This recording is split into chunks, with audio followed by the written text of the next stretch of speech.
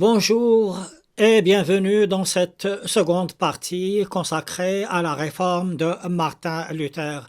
Je suis Abdesalam Boujedraoui. Dans la précédente vidéo, nous avons fait un tour d'horizon global du XVIe siècle. Aujourd'hui, il est temps de nous intéresser aux précurseurs et aux grandes idées qui vont préparer l'avènement de cette réforme luthérienne. Vous savez, dans une certaine mesure, Martin Luther n'a pas innové. S'il n'y avait pas eu d'autres personnes, probablement cette réforme n'aurait jamais eu lieu. En plus de ça, comme je l'ai dit dans la précédente vidéo, c'est également un concours de circonstances qui a fait que beaucoup d'événements vont se regrouper à un moment donné pour que soit possible ce qui ne l'était pas avec les autres. Donc, allons-y. Quels sont les précurseurs? Vous savez, la contestation contre le pape et l'Église telle qu'elle était conçue, ce n'est pas quelque chose de nouveau. Cela va commencer déjà avec un Anglais qui s'appelle John Wycliffe. Alors, vous verrez à l'écran au fur et à mesure quelques informations concernant les personnages que je vais décrire. Alors, John Wycliffe conteste l'Église, c'est un Anglais, je crois que je l'ai déjà dit, donc conteste l'Église, conteste le pouvoir du pape. Pour lui, il y a deux églises. Il y a l'Église apparente, celle que l'on voit, celle visible, celle des apparats. Et il y a une autre église qui est invisible, c'est l'église de la grâce. Le mot grâce est là, il est présent, et c'est un mot qui est fort, qui est essentiel dans la démarche vers la réforme. Voilà donc pour John Wycliffe. Après, ce sera quelqu'un d'autre, mais lui c'est un Tchèque, qui est influencé par les idées de ce théologien John Wycliffe. Chez Jan Hus. Jan Hus, lui aussi, conteste l'autorité de l'Église. Il trouve que le pape a un très grand pouvoir, beaucoup de richesses. Il voudrait l'Église de la pauvreté et l'Église de la foi et l'Église de la grâce. Et surtout, il va s'opposer, comme Martin Luther, à la vente des indulgences. Rien de nouveau, comme je l'ai dit déjà dans la précédente vidéo concernant les indulgences. Seulement, lorsqu'il s'attaque comme cela à une source de richesse du pape, de l'Église de Rome, lorsqu'il s'attaque à son pouvoir, cela va provoquer, bien évidemment, comment dire cela, la colère du pape. Il sera traité d'hérétique et brûlé. Vous savez, l'histoire de l'humanité nous prouve que lorsqu'on fait ce genre de choses horribles, ça laisse toujours des traces. Et moi, je crois que jusqu'à nos jours, le martyre de Jan Hus est toujours présent. Beaucoup en parlent et je crois que ce serait une très bonne chose que de lui rendre hommage par une vidéo, ce que je pense faire dès que j'aurai un corpus suffisamment élaboré pour me donner une base de réflexion. Voici donc pour au moins deux grands et deux éminents théologiens qui vont être les précurseurs de Martin Luther. Maintenant, au niveau des idées, disons que l'on va passer dans l'Occident chrétien par de grandes phrases d'idées théologiques. À partir du XIIIe siècle vers le XIVe siècle, c'est une contestation de l'Église, mais pas de façon directe. C'est-à-dire que l'on voudrait revenir aux grands principes des anciens, revenir à l'écriture sacrée, c'est-à-dire revenir à la Bible, que la Bible soit à la portée des gens. Cela n'est pas dit d'une façon aussi directe, mais on voudrait revenir aux Grecs, à la Grèce antique, aux philosophes de la Grèce antique, à des philosophes tels que Aristote. Pourquoi? Parce qu'il y avait chez Aristote une certaine sagesse, une certaine harmonie du monde, une certaine façon, d'une certaine, si vous voulez, justice dans ce monde qu'on voudrait reprendre à son compte pour l'Église présente à aucun moment. Il n'y a confrontation. On voudrait réformer tout en gardant l'esprit catholique. On peut dire que dans cette première phase de réflexion théologique, il n'y a aucun aspect morbide. Au contraire, il y a un certain optimisme puisqu'on voudrait améliorer ce qui existe pour quelque chose de meilleur. Et après une seconde phase qui débute, disons aussi, bien sûr, ce n'est jamais quelque chose qui est tranché.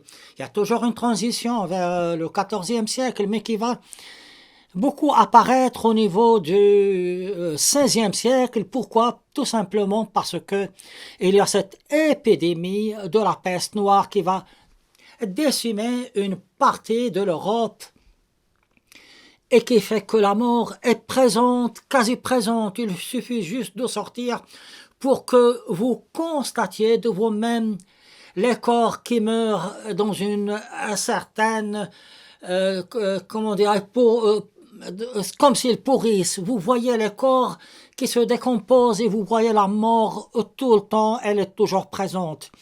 Et de là vient une autre forme de théologie qui a, comme je l'ai dit, a un peu commencé, même si elle a commencé auparavant, qui est celle de comment je peux trouver mon salut.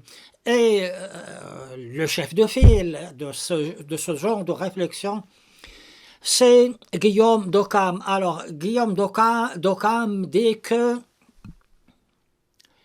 c'est par la foi, par la grâce que l'on a le salut.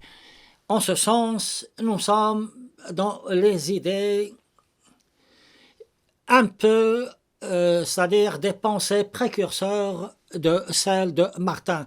Mais toutefois, il y a une variante chez Guillaume d'Occam et tous les autres théologiens, c'est-à-dire que on peut aider cette foi, on peut par son dévouement, par son travail, par ses actions, on peut on doit faire de son mieux pour avoir cette grâce et pour avoir cette foi.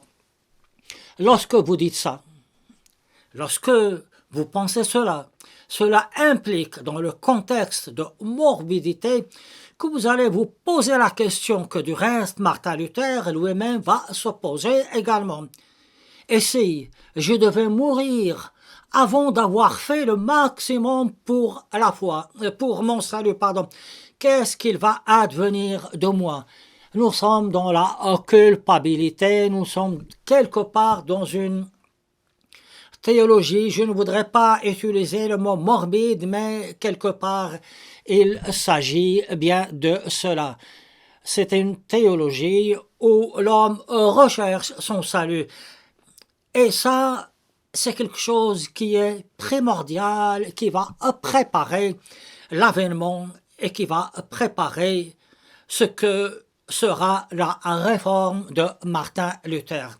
Voici donc quelque chose de très important, quelque chose du point de vue de la théologie. Mais examinons autre chose.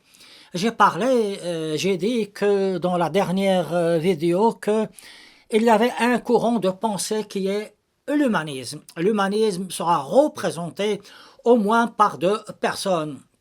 En Angleterre, c'est Thomas More et l'autre, en Hollande, c'est bien évidemment Erasme de Rotterdam. Que nous dit l'humanisme? Il y a une certaine recherche des racines chez les humanistes. Ils voudraient que l'on revienne à l'esprit simple, dépouillé de tout, de la Bible, du Nouveau Testament, des Écritures, du Nouveau Testament, comme je l'ai dit. À aucun moment, mais alors ça, jamais, les humanistes et les penseurs ne pensent à sortir du christianisme. Ils ne sont pas des athées. Leur pensée, leur foi dans leur pensée est la juxtaposition avec la religion. À aucun moment, Erasme ne sort de l'esprit du Christ.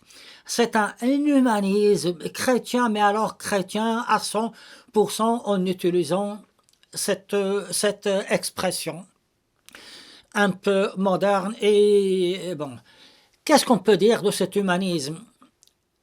Bien sûr, il y a le fait que l'homme soit au centre des préoccupations. Quand on dit humanisme, ça ne veut pas dire quelqu'un d'humain généreux avec les autres, c'est autre chose que cela. Cela peut englober, cela englobe cela, mais c'est autre chose, c'est quelque chose de beaucoup plus fort. Revenir aux sources, revenir aux racines, par exemple, voir comment était la théologie, entre guillemets, la philosophie, au moment de Platon, revenir au grec ancien. Donc, il y a nécessité d'apprendre au moins 3 langues. L'hébreu, puisque pour les anciennes écritures, le grec pour comprendre les écritures qui sont écrites dans le grec, des écrits religieux chrétiens, et en même temps pour comprendre dans la langue originelle les pensées des Grecs anciens. À ce moment précis de l'histoire, il y a un problème au niveau des frontières de l'Europe, c'est-à-dire qu'il y a l'Empire ottoman qui est là et qui va occuper Byzance, et beaucoup d'intellectuels vont émigrer de cette partie du monde occupée par les Ottomans, les Turcs, vont émigrer vers l'Europe. Il se trouve que ces philosophes, ces penseurs connaissent le grec, donc voilà une source qui est là pour permettre une lecture des anciennes écritures dans la langue d'origine. Mais revenons donc à notre humaniste, à nos humanistes et à Erasme. Pour Erasme, il est important de revenir à l'écriture, et en ce sens, il va traduire la Vulgate. Qu'est-ce que c'est que la Vulgate? Ce sont les anciens écrits religieux chrétiens, mais qui étaient écrits dans la langue grecque. Lui, il va la traduire, mais il ne la traduit pas comme le fera plus tard. Il ne traduira pas la Bible comme le fera plus tard Martin Luther dans la langue vernaculaire, c'est-à-dire en anglais ou en allemand, ou dans la langue du peuple. Non. Il l'a traduit au latin parce que le latin, c'était la langue répandue, la langue de la science. Mais surtout, il va la simplifier.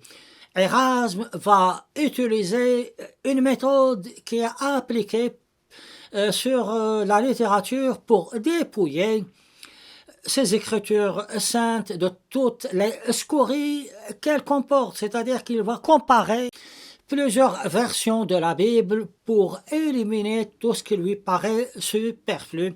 Et ainsi, il va mettre la Bible, les Écritures, à la portée de tout le monde. Et Erasme le dit lui-même, il dit qu'il voudrait que la Bible soit à la portée des femmes. Ce qui est très important, donc c'était quelqu'un pour qui les femmes comptaient. Donc pour les femmes, pour tout le monde, et même pour les laïcs, bien évidemment, et même pour les Turcs. C'est pour vous dire combien cet homme était un très grand homme. Et s'il est considéré comme le prince des humanistes, c'est réellement largement mérité. Donc, voyez-vous, Erasme va préparer la survenue de Martin. Du reste, lorsque Martin fera la réforme, lui, il ne sera ni dans le camp des luthériens, ni dans le camp des catholiques. Il va être un militant, mais un militant, je ne voudrais pas utiliser le terme de milieu parce que ça ne colle pas à ce siècle-là, mais disons un militant du juste milieu, un militant de la raison.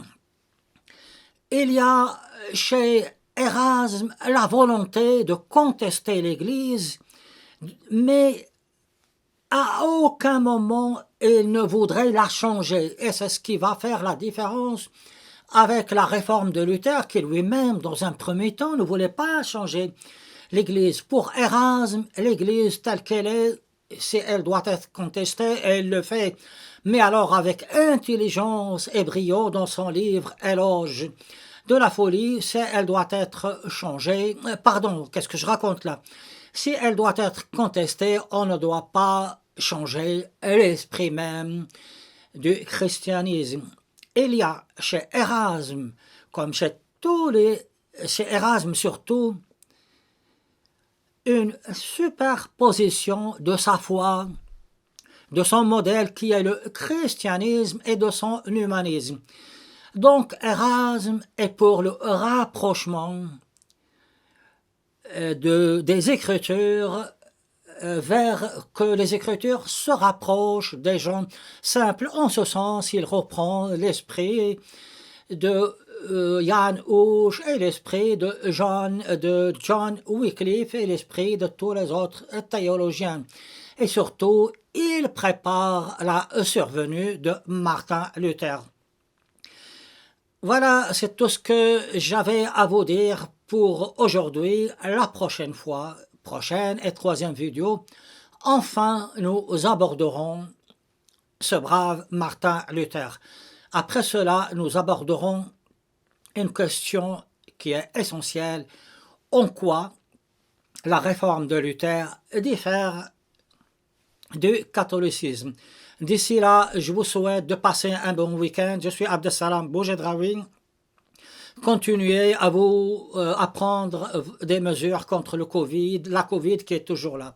À bientôt et merci pour votre patience.